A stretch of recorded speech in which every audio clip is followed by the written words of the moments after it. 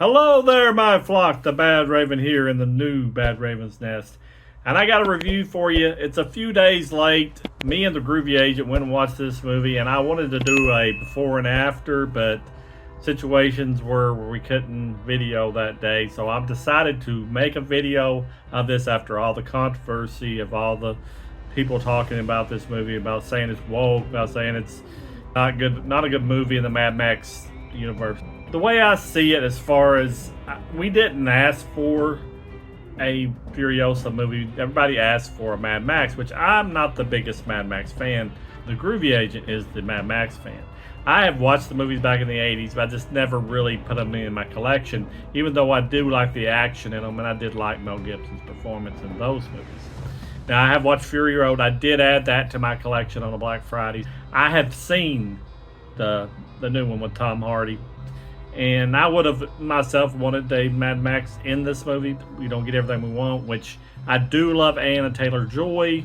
My son really loves her, the Drew Drop, but I like her as an actress. Just for that alone, I wanted to see it, because I do know the character of Furiosa in the Fury Road movie.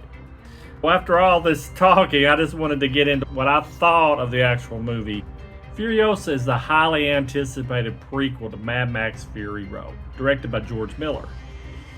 It takes viewers on an exhilarating ride through the dislocated and chaotic wasteland that fans of the franchise have come to love. The film dives deep into the backstory of one of the better compelling characters in the Mad Max universe, offering a rich and action-packed narrative that stands strong on its own for its own movie. Anya Taylor-Joy shines in her role of Furiosa, at least in my opinion. She brings a fierce, intense, and depth to the character. Her portrayal captures both the raw survival instincts and the underlying vulnerabilities of a young warrior navigating a brutal world. Taylor-Joy's performance is powerful and nuanced, providing a solid foundation for the film's emotional core. The storyline follows a young Furiosa as she is torn from her home and thrust into a savage battle for survival in the wasteland.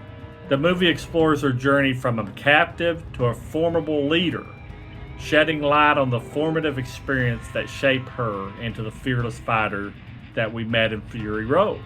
The storytelling is well crafted, with a balance of high-octane action sequences and quieter, character-driven moments that deepen our understanding of Furiosa's motivation and struggles.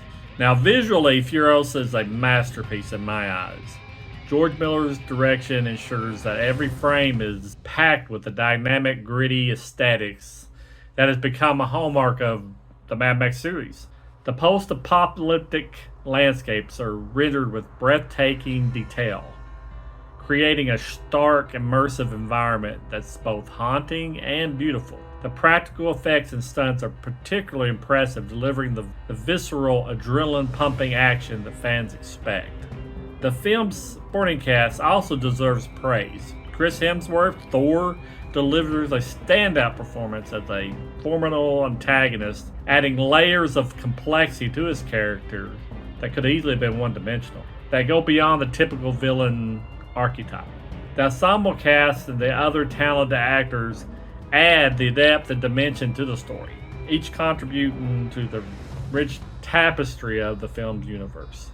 One of the film's strengths is its exploration of themes such as resilience, freedom, and the quest for identity in a world where humanity is often overshadowed by brutality.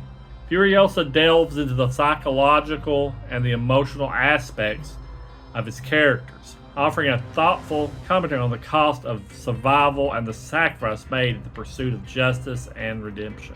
Now, however, the film is not without its flaws, in my opinion. Some viewers might find the pacing uneven, particularly in the middle act, where the story takes time to develop its characters and backstory.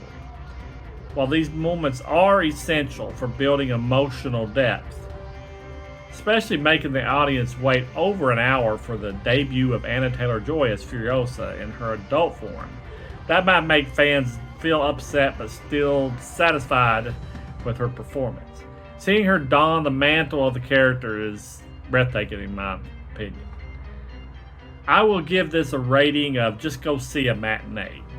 Furiosa is a thrilling and visual stunning addition to the Mad Max franchise. Even though no one asked for a prequel of the Furiosa character, it still offers a compelling origin story for one of its most iconic characters while delivering the intense action and rich world building that fans expect.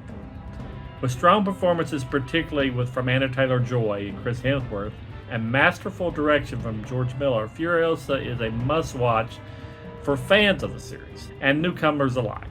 It's a film that not only entertains but also enriches the lore of the Mad Max universe, making it a worthy prequel to Fury Road.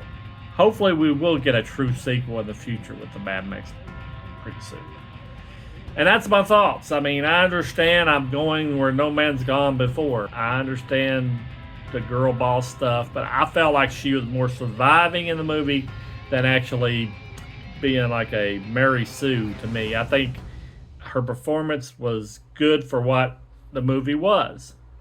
And I do understand everybody not knowing why we got this movie. It's a good little backstory of how Furiosa came to be. And I know they kind of did a little bit of that in the Mad Max Fury Road, but this kind of really fleshes it out for me. For the action alone, if you don't like all the parts with her, does a great job in them, I think you would still like it for just the movie. But that's what I think about the movie.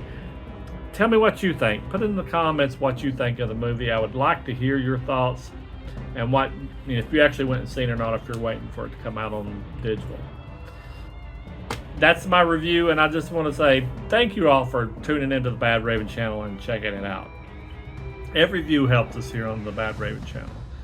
We really appreciate everything you can do for the channel. Please like, share, and subscribe with your friends on social media. That would be awesome. We also have a TeePublic store if you want to buy any merch with the Bad Raven or the Drew Drop on it. Please do so. That would really help the channel also. And always remember, the Bad Raven is your friend. And we're going to let you go, and we'll talk at you later. And goodbye.